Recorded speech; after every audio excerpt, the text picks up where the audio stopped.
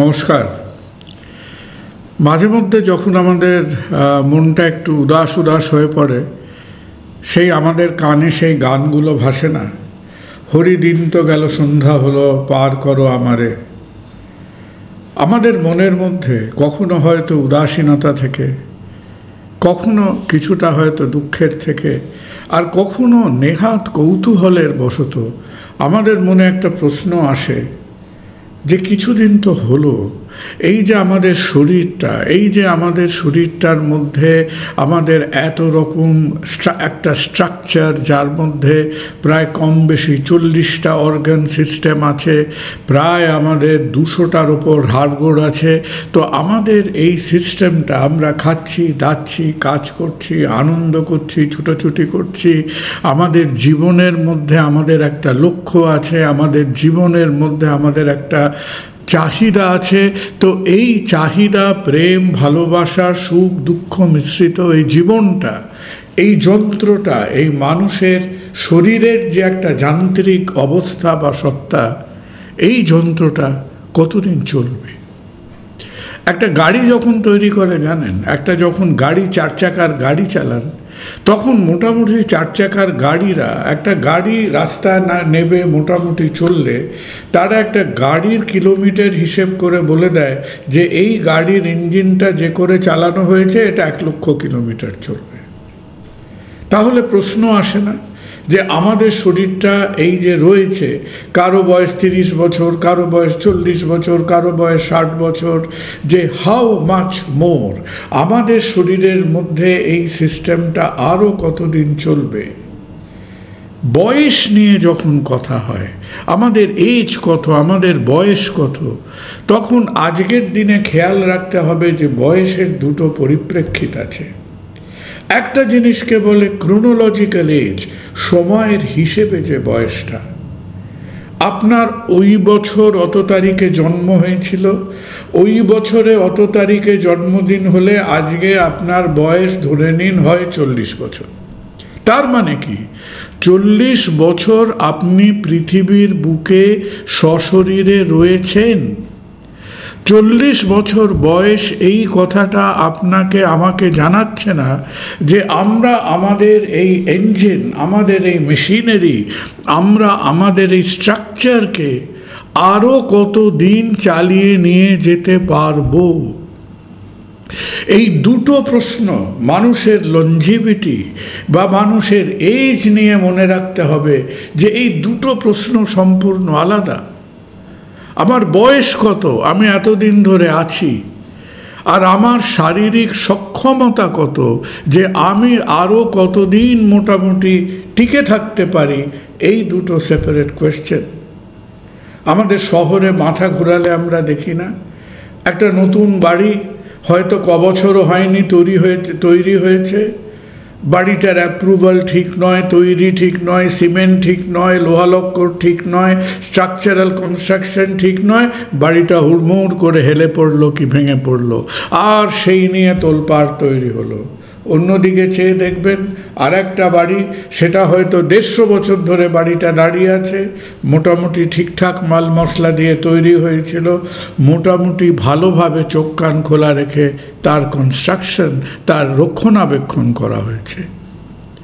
তাই এখনো অবধি আমরা মানুষের এক্সিস্টেন্স এবং তার লঞ্জিভিটিকে যেভাবে দেখছি, সেটাকে আজকের দিনে বলা হয় the idea of biological age.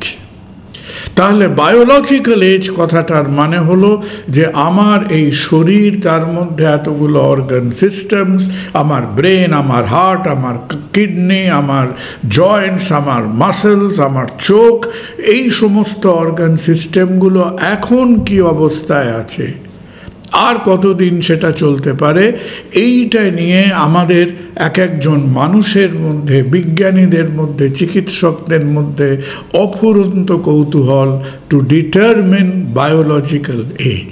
কি করে জানতে পারবেন বায়োলজিক্যাল এজ? কি করে জানতে পারবেন বায়োলজিক্যাল এজ? জানতে পারার কিছু কিছু উপায় এখন আমাদের মাথায় এসেছে। প্রথম উপায়টা হলো, আমরা বিভিন্ন সময় আপনাদের সাথে গল্প করেছি আমাদের জেনেটিক স্ট্রাকচার নিয়ে, বিভিন্ন সময় আপনাদের সঙ্গে আমরা আলাপ করেছি যে কিছু কিছু জায়গায় যেমন মানুষ অনায়াসে 100 বছর বাঁচতে পারে।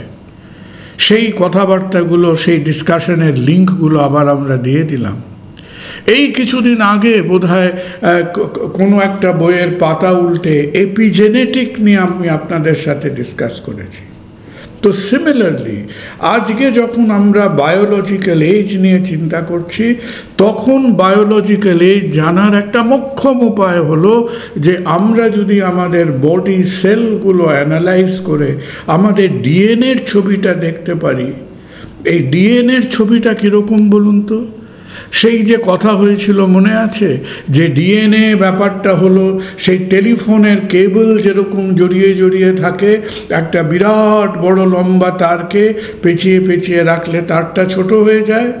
শুধু সেই তারটা পেঁচানো নয়, পরের বার যখন ফিতেওয়ালা জুতো বাঁধবেন, যাকে আমরা শু লেস বলি, এই জুতোর ফিতের দিকে চেয়ে দেখবেন যে জুতোর এই লেসগুলো, শু লেসগুলো কিরম থাকে মনে পড়ছে?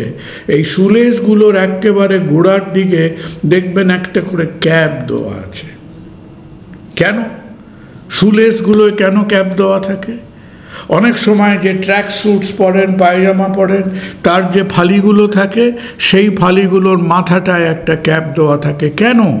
যাতে সেই যে ফিতেগুলো, সেই যে কটন থ্রেডগুলো, যাতে সেই থ্রেডগুলো ফ্যার ফ্যার ফ্যার ফ্যার করে খুলে না যায়। ঠিক সেই রকম আমাদের যে ডিএনএ স্ট্রাকচার, আমাদের যে ক্রোমোজোমাল স্ট্রাকচার, এই ক্রোমোজোমাল স্ট্রাকচারের একেবারে ডগার দিকে জুতোর ফিতের মতো কতগুলো ক্যাপ দেওয়া আছে। সেই ক্যাপগুলোকে বলে ডিএনএ টেলোমিয়ার, TELOMERE। ওই জুতোর ফিতের দিকে চেয়ে দেখলে টেলোমিয়ারের কথা মনে পড়বে। কেন টেলোমিয়ারটা হঠাৎ এত ইম্পর্টেন্ট কেন? আমাদের শরীরের সেলগুলো সব সময় সেটা ডিভাইড করছে, সব সময় নতুন সেল তৈরি হচ্ছে, পুরনো সেলগুলোর ক্ষয় হয়ে যাচ্ছে। আর যতবার আমাদের হিউম্যান সেলস ডিভাইড করছে, এক একটা ডিভিশনের পরে এই ডিএনএর টেলোমিয়ার অঞ্চলটা ছোট হচ্ছে। দ্বিতীয়বার ডিভাইড করলো আরও ছোট হলো, তৃতীয়বার ডিভাইড করলো এই টেলোমিয়ার রিজনটা আরও ছোট হলো। এই ছোট হতে হতে হতে যখন সায়েন্টিস্টরা দেখবে আরে এই বেচারার টেলোমিয়ারগুলো তো প্রায় দেখাই যাচ্ছে না, একেবারে ছোট হতে হতে মিলিয়ে যাচ্ছে, দ্যাট ইজ আ সিগন্যাল যে আমাদের বায়োলজিক্যাল এজ অনেকটা বেড়ে গেছে এবং আমাদের এই সিস্টেমটাকে হয়তো তার রসদের শেষ দিকে সিস্টেমটা পৌঁছচ্ছে। তাহলে ডিএনএ টেলোমিয়ার অ্যানালিসিস থেকে আমরা জানতে পারছি যে আমাদের বায়োলজিক্যাল এজ কতটা। ডিএনএ আমাদের শরীরের একেবারে সেই গুপ্ত মন্ত্র, এবং এই ডিএনএর যত বয়স বাড়ছে, আমার সিস্টেমের মধ্যে আমার ডিএনএ যত এজ করছে, ডিএনএর মধ্যে একটা কেমিক্যাল রিয়াকশন হয়, সেটাকে বলে মেথাইলেশন অফ ডিএনএ। তাহলে একদিকে সেল ডিভাইড করতে করতে টেলোমিয়ার ছোট হচ্ছে, আর একদিকে ডিএনএ আমাদের এই শরীরের রন্ধনশালায় এর মধ্যে নানান রকম তার হিটিং কুলিং হতে হতে ডিএনএর মিথাইলেশন হচ্ছে। আর আবার সেই এপিজেনেটিক ভিডিওটার কথা মনে পড়বেন, এই ডিএনএর চারিপাশে যে বিভিন্ন রকমের প্রোটিন এবং নন ক্রোম্যাটিন মেটেরিয়ালগুলো আছে সেগুলোও চেঞ্জ করছে। তাহলে আমরা আমাদের একেবারে সেলের একটা গর্ভগৃহে যদি ঢুকতে পারি, আমরা কিন্তু আজকে মোটামুটি বুঝতে পারবো যে আমার বয়স বার্থ সার্টিফিকেট অনুযায়ী আমার বয়স 25 হোক, 45 হোক, 55 হোক, 65 হোক, যে আমার শরীরের অভ্যন্তরীণ স্ট্রাকচারটা কোথায় দাঁড়িয়ে আছে। খুব ভালো কথা। এবার আপনার কৌতূহল হলো যে আমার তো 60 বছর বয়স হয়েছে, আমায় কালকেই জেনে নিতে হবে আমার বায়োলজিক্যাল এজটা কত। এখন বায়োলজিক্যাল এজটা আপনি গিয়ে হট করে 2 ফোঁটা রক্ত দিয়ে এলেন পাশের ডায়াগনস্টিক ল্যাবে, আর সে চট করে আপনার একটা টেলোমিয়ার অ্যানালিসিস করে দিল, এখনও সেটা অতটা জলভাত হয়নি। It has remained a complicated process.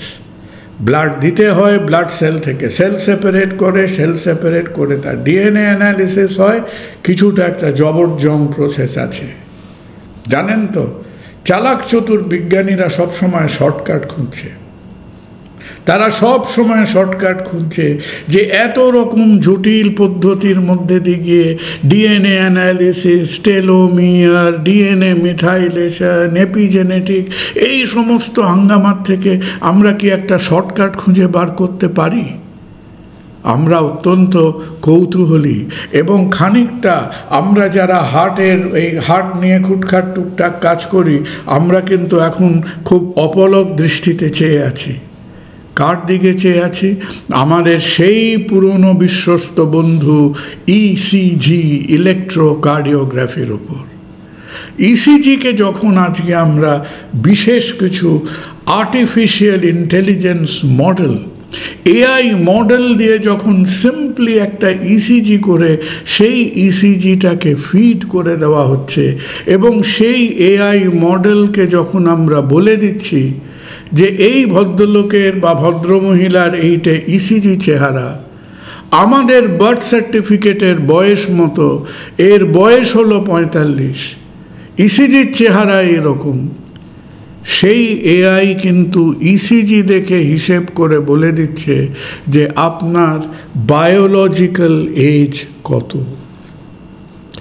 তাহলে আপনার ইসিজিটা যদি আমি সেই এআই মডেলের মধ্যে ঢুকিয়ে দিই, এআই প্রোগ্রামের মধ্যে ঢুকিয়ে দিই, আপনার বয়স আপনি জানেন 45, এআই যদি বলে যে এনার বয়স বার্থ সার্টিফিকেটে 45, কিন্তু আমি তো অঙ্ক করে বলে দিচ্ছি ওর ইসিজি দেখে যে ওর বায়োলজিক্যাল এজ হচ্ছে 55, তার মানে আপনি আপনার কাঠামোটার শরীরের ভালো মতো যত্ন নিচ্ছেন না। Biological age is more than your birth certificate age. Biological age যদি বেশি হয় বার্থ সার্টিফিকেট এজের থেকে, তার মানে আমাদের স্ট্রাকচারের মেনটেনেন্স ঠিকঠাক হচ্ছে না, ক্ষয়ক্ষতি বেশি হচ্ছে। আর যদি আপনার বয়স হয় 60, আপনার এআই আপনার ইসিজি দেখে হিসেব করে বলে দেয় যে না, এ তো নিজের হার্ট এবং বাকি শারীরিক যন্ত্রপাতিগুলোকে ঠিকঠাক রেখেছে, এর বায়োলজিক্যাল এজ হচ্ছে 55, তার মানে আপনার বার্থ সার্টিফিকেট এজ আর বায়োলজিক্যাল এজের তফাৎ হলো -5। তার মানে আপনি 5 বছর নিজেকে অ্যাডভান্টেজ দিতে পেরেছেন। তাহলে নিজের শরীরটাকে যদি আমরা ঠিকঠাক রাখতে পারি, তাহলে আমাদের ক্রোনোলজিক্যাল এজ বা birth certificate age should be equal to the biological age, if not less. যখনই আমার বায়োলজিক্যাল এজ আমার বার্থডে এজ বা ক্রোনোলজিক্যাল এজের থেকে বেশি হবে, তখনই আমাদের বুঝতে হবে যে না, আমাদের এই শরীরের মেনটেনেন্স ব্যাপার স্যাপার ঠিকঠাক চলছে না, সাবধান হতে হবে, আরও ডিটেলে টেস্ট করে দেখতে হবে যে কোথায় কোথায় কোন সিস্টেমে, এটা কি আমার ব্রেনের ব্যাপার, এটা কি আমার হার্টের ব্যাপার, এটা কি আমার কিডনির ব্যাপার, এটা কি আমার মাসকুলোস্কেলিটাল ফিটনেসের ব্যাপার। এই সমস্ত ব্যাপারগুলোকে একটা অডিট রিপোর্টের মধ্যে দিয়ে গিয়ে তার প্রপার কারেক্টিভ অ্যাকশন নিতে হবে। তাই এতদিন আমরা যেখানে একেবারে খুব জটিল ক্রোমোজোমাল অ্যানালিসিস, ডিএনএ অ্যানালিসিসের ওপর ভরসা না করে বায়োলজিক্যাল এজ জানতেই পারতাম না, এখন কাজটা কিছু হয়তো সহজ হচ্ছে। আমরা ইসিজির থেকে এখন জানতে পারছি, আর 2 দিন বাদে হয়তো একটা জেনারেল ব্লাড প্রোফাইল থেকে জানতে পারবো, এবং যত সেই জিনিসগুলো আমরা জানতে পারবো, এটা কেবল বিস্তর কিছু নাম্বার হাতে নিয়ে লোফালুফি খেলা না, এটা আমাকে, আপনাকে, সাধারণ মানুষকে সাহায্য করবে সুস্থ থাকতে, ভালো রাখতে। এবং এই শরীরের একটা জটিল যন্ত্রপাতিগুলোর মধ্যে কোথাও যদি মূর্ছে ধরে থাকে, কোথাও যদি জং ধরে থাকে, সেইগুলোকে ঠিক করে সেগুলোকে সারিয়ে how to remain well, how to remain free of problems, এই ইন্ডিকেশনটা বর্তমান যুগের প্রযুক্তি বিজ্ঞান আমাদের সামনে নিয়ে আসবে। এই কাজ এখনও চলছে। এই কাজ নিয়ে আরও নিকট ভবিষ্যতে অনেক আলাপ আলোচনা হবে। তবে খেয়াল রাখুন, কখনোই যেন বায়োলজিক্যাল এজ আপনার ওই হ্যাপি বার্থডের এজকে কখনোই যেন টপকে না যায়। সুস্থ থাকুন, আবার কথা হবে। নমস্কার।